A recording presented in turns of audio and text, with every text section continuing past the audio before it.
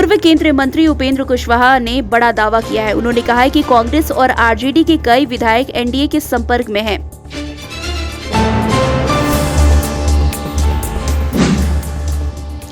RJD प्रवक्ता शक्ति यादव का बयान 17 महीने बिहार का स्वर्णिम काल रहा। 2 लाख से ज्यादा लोगों को सरकारी नौकरियां दी गई। शिक्षा और स्वास्थ्य में बेहतर काम किया गया।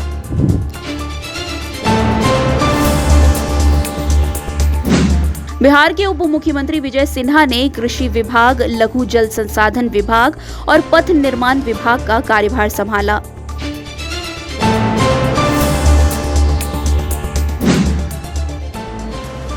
झारखंड के पूर्व मुख्यमंत्री हेमंत सोरेन को आज पीएमएलए कोर्ट में पेश किया गया। एक बार फिर से ईडी हेमंत सोरेन से 5 दिन पूछताछ करेगी।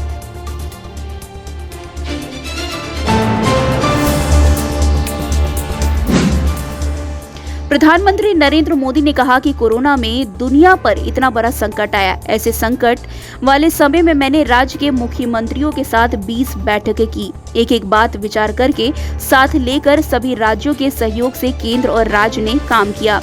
दुनिया जिस मुसीबत को झेल नहीं पाई, हमने मिलकर देश को बचाने के लिए जो हो सकता था किया। राज्यों को भी उसका श्रेय लेने का पूरा अधिकार है। आदरणीय सभापति जी, कोविड एक उदाहरण है। इतना बड़ा संकट आया दुनिया का। ऐसे संकट के समय राज्य के मुख्यमंत्रियों के साथ 20 बैठकें की।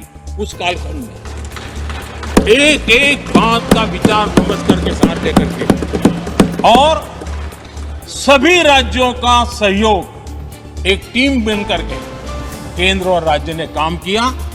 दुनिया जिस मुसीबत को झेल नहीं पाई, हम सब ने मिलकर के, किसी एक को क्रेडिट मैं कभी नहीं दूंगा, सब ने मिलकर के इस देश को बचाने के लिए जो हो सकता है, राज्यों को भी उसकी क्रेडिट लेने का पूरा अधिकार है। इस सोच में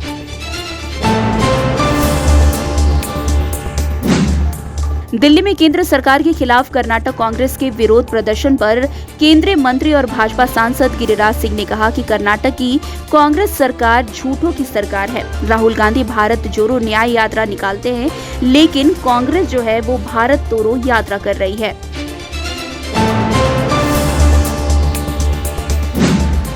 उत्तर प्रदेश विधानसभा के बजट सत्र के दौरान उत्तर प्रदेश के मुख्यमंत्री योगी आदित्यनाथ ने कहा कि 2017 से पहले उत्तर प्रदेश में जिन लोगों ने शासन किया, वे उत्तर प्रदेश को कहां लेकर गए। उन्होंने उत्तर प्रदेश वासियों के सामने पहचान का संकट खड़ा कर दिया। यहां तक कि नौजवान पहचान छिपाने के लिए मजबूर थे। नौजवान कहीं जाता था तो नौकरी नहीं मिलती थी। किराए पर कमरे की बात तो दूर, होटल और धर्मशालाओं में भी कमरे नहीं मिल पाते थे।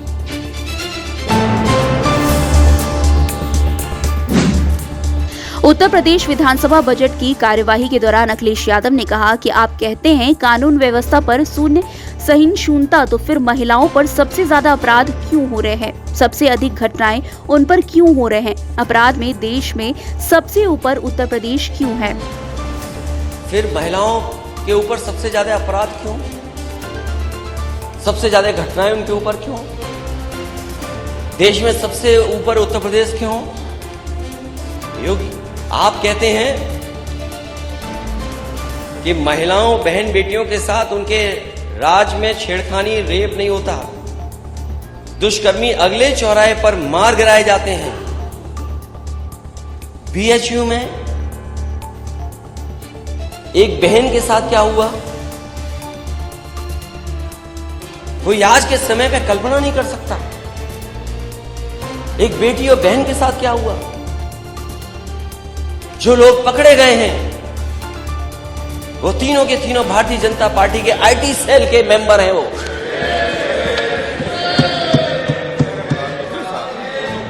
और अध्यक्ष महोदय, कोई आसानी से मुख्यमंत्री जी के साथ फोटो नहीं खिंचवा सकता। तीनों की फोटो हमारे नेता सदन के साथ। प्रशासन सरकार को पता था, लेकिन क्या किया सरकार ने? और मुझे याद है जब कानपुर में एक मां बेटी के ऊपर बुलडोजर चलाया गया था और आग लग करके मां बेटी जिंदा जल गए। पिता और उसका भाई देखता था, बचा नहीं पाया। जब वो न्याय मांगने गया तो उसके कपड़े उतार दिए गए। वहां के अधिकारियों ने कपड़े उतरवाए। ये जीरो टॉलरेंस।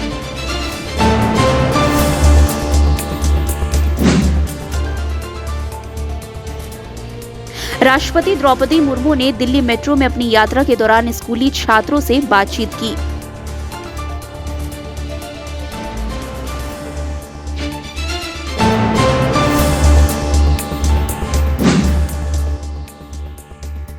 कर्नाटक के सीएम के साथ डिप्टी सीएम डीके शिवकुमार और कर्नाटक कांग्रेस के अन्य नेताओं ने दिल्ली के जंतर मंतर पर केंद्र सरकार के खिलाफ विरोध प्रदर्शन किया।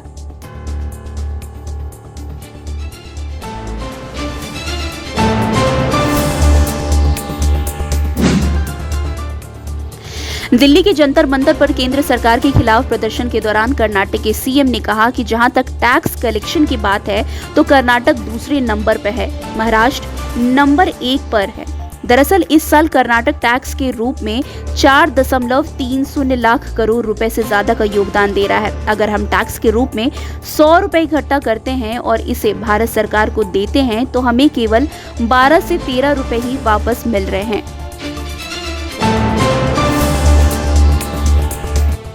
दिल्ली के जंतर मंतर पर केंद्र सरकार के खिलाफ प्रदर्शन के दौरान कर्नाटक के डिप्टी सीएम डीके शिवकुमार ने कहा कि कर्नाटक इस देश को सबसे ज्यादा राजस्व देने वाला दूसरा सबसे बड़ा राज्य है। हम अपना अधिकार मांग रहे हैं, हम अपना हिस्सा मांग रहे हैं। हम सभी यहाँ कर्नाटक के लोगों के लिए लड़ रहे हैं।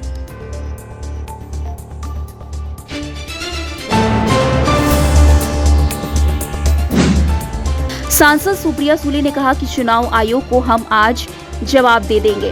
हम सुप्रीम कोर्ट जरूर जाएंगे। अभी सिंबल को लेकर कोई निर्णय नहीं हुआ है।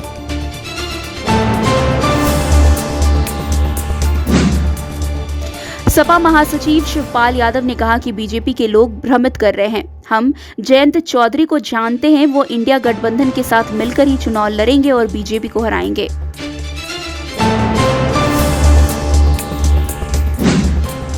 समाजवादी पार्टी सांसद डिंपल यादव ने कहा कि जिस तरह भाजपा सरकार किसानों के विरुद्ध काम कर रही है, बजट में किसी भी प्रकार की एमएसपी का जिक्र नहीं है। भाजपा के द्वारा हमारी पहलवान बहनों का अपमान हुआ है।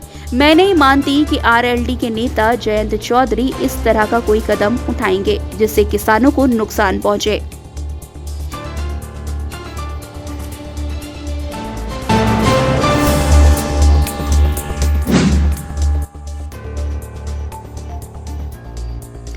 मेयर चुनाव नतीजों को लेकर चंडीगढ़ में भाजपा के खिलाफ प्रदर्शन कर रहे एनएसयूआई कार्यकर्ताओं को तितर-बितर करने के लिए पुलिस ने पानी की बौछार की।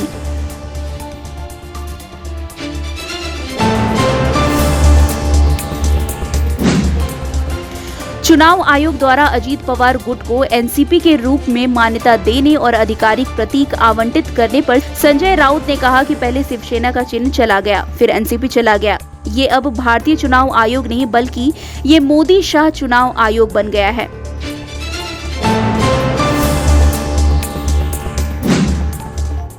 समाजवादी पार्टी प्रमुख अखिलेश यादव ने कहा कि जयंत चौधरी जी बहुत सुलझे वे राजनीति को समझते हैं। मुझे उम्मीद है कि किसानों की लड़ाई के लिए जो संघर्ष चल रहा है वे उसे कमजोर नहीं होने देंगे।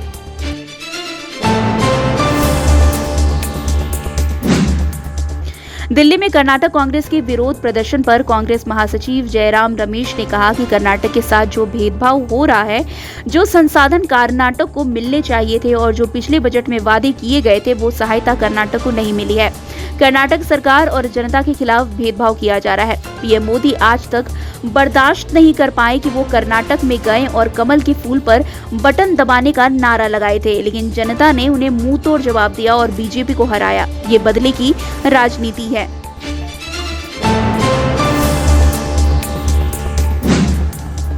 भारत जोड़ो न्याय यात्रा के दौरान कांग्रेस सांसद राहुल गांधी ने कहा कि कांग्रेस पार्टी जनता की लड़ाई लड़ रही है, लड़ेगी और लड़ती जाएगी। भाजपा और बीजेडी एक ही चीज है। भाजपा तेलंगाना के मुख्यमंत्री की पूरी मदद करती है। हमने तेलंगाना में बीआरएस को उखाड़कर फेंक दिया और वही काम हम यहाँ यानी कि उड़ीसा में करने जा रहे हैं। नरेंद्र मोदी जी इनकी मदद करें। तो यहाँ जनता की लड़ाई कांग्रेस पार्टी कर रही है, करेगी, करती जाएगी। और ये आप याद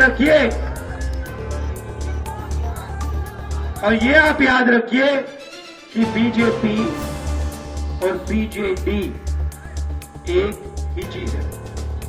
यही बात तेलंगाना में उठी थी। वहां पे भी तेलंगाना के मुख्यमंत्री की पूरी मदद बीजेपी करती थी। दिल्ली में उनकी कठपुतलियां वहां उनकी मदद करती थी। हमने तेलंगाना में बीआरएस को उखाड़ के फेंक दिया। वही काम हम यहां बीजेडी के साथ करने जा रहे हैं। ये मैं आपसे कहने आया था, भारत जोड़ो का लक्ष्य नफरत के बाजार में मोहब्बत की दुकान खोलनी है।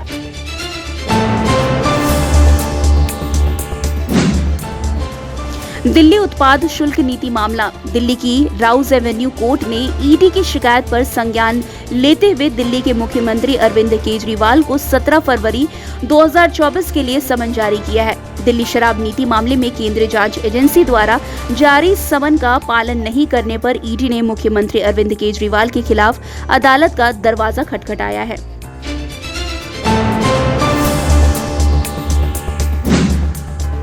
बिहार में चोरों का आतंक जारी है। मोकामा में चोरों ने 2 आभूषण की दुकान की शटर काटकर पूरी दुकान को साफ कर दिया। ये मामला मराची थाना क्षेत्र के मराची गांव की है।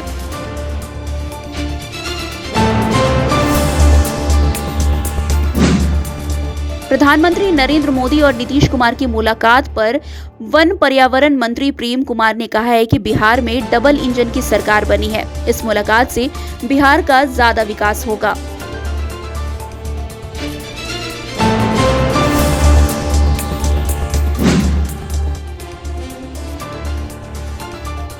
फ्लोर टेस्ट से पहले बिहार में बड़ा खेला और सीएम नीतीश कुमार के दिल्ली दौरे पर प्रशांत किशोर का तंज।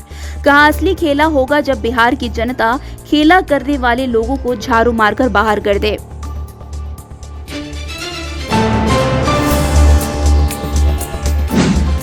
ज्ञानव्यापी मामले में इलाहाबाद हाईकोर्ट ने सुनवाई की अगली तारीख 12 फरवरी तय की है। हाईकोर्ट अंजुमन इंतजामिया मजलिस समिति द्वारा दायर एक अपील पर सुनवाई कर रहा था, जिसमें वाराणसी अदालत के उस आदेश को चुनौती दी गई थी जिसमें हिंदू श्रद्धालु को ज्ञानव्यापी मस्जिद के तहखाने में प्रार्थना करने की अनुमति दी गई थी।